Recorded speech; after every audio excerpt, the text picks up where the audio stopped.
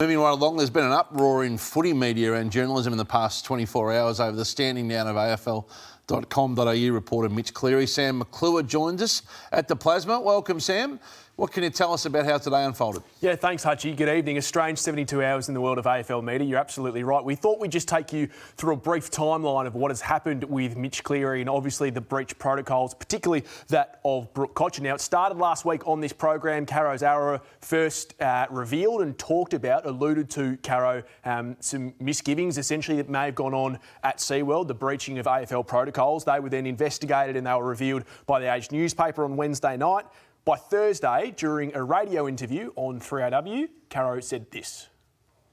In the case of Richmond, the captain's wife, Brooke Cotchin, went to a local beauty salon and posted it on social media. I gather she had a facial or something like that, didn't ask permission. I think the club's pretty mortified. Their compliance officer, Steve Wyatt, is mortified. Brendan Gale is mortified. And everyone's really disappointed. Now, you can see the timestamp there, 12:39 Thursday afternoon. That's important because Caro's revelation was the first time that Brooke Cotchin had actually been mentioned by name. Now, by Friday, several journalists, including Mitch Cleary, AFL.com and Tom Morris on Fox Sports, then used a screenshot that you can see here of what Brooke Cotchin actually posted on her Instagram story.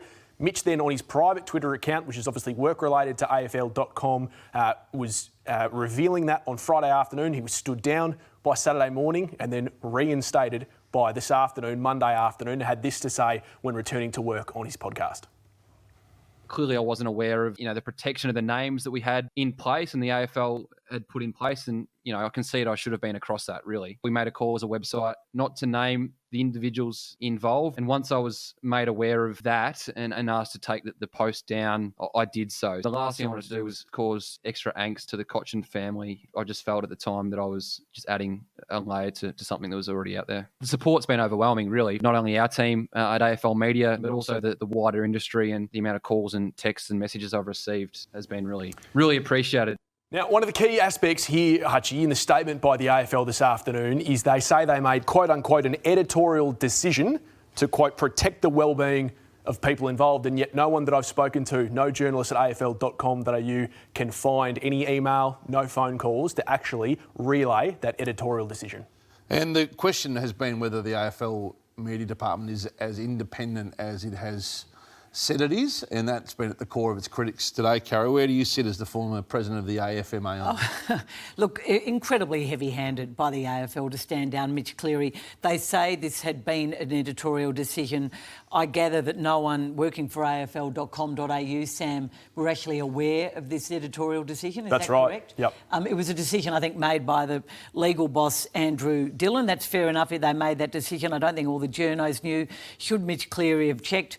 Maybe he should have. I don't see why putting something out on Twitter when it's been discussed so generally. I think it's laughable that you don't name the people involved when they've cost their clubs $20,000, when particularly it's the captain's wife, and then they themselves have put it on social media. Do you think the AFL is entitled to treat him as an employee and put a line in the sand as to what they can and can't say, or do you think that department needs to sit independently? I don't think we'll ever sit independently. And, this is not a criticism of you, but you obviously have financial connections with the AFL. You're conflicted, Matthew, and Kane, you're conflicted as well because you both work for AFL.com. But if I was you two, I'd be feeling a little bit uneasy about this. And if I'm Mitch Cleary, who is a serious journo and a newsbreaker, I don't really know why he's working for AFL.com. I guess they pay well, but if I was him, I would think very seriously about where I work in future. And I look at Damien Barrett, who's one of the best in the business, and I know Damien's had issues in the past. I think he's written a story that was held over or not run because of some issues the AFL had with it, and I think that's a real problem. I know newspapers do it too, but clearly they're not independent. If you made an editorial decision as a media owner, you would make sure that all of your journos and all of your radio hosts were well aware of the decision, because if it's around the well-being of the people involved, that's a serious editorial decision. Yeah, I think it was a complete overreach on the stand down, and I don't think anyone thinks that was a great decision in hindsight. I would say this though, I do understand, and I think Mitch is an outstanding journalist. He worked for us and we've tried to get him back since, so we think the world of him and he's a ripper. I think the fact that he posted it on his social was the error that he made, because if he'd filed that story to AFL.com, they then had the decision to make on whether they chose to publish it or not, and ultimately he works for them. So I think that's where he probably could have filed the story, and then they would have had the option to run it. That wasn't their issue, though, was it?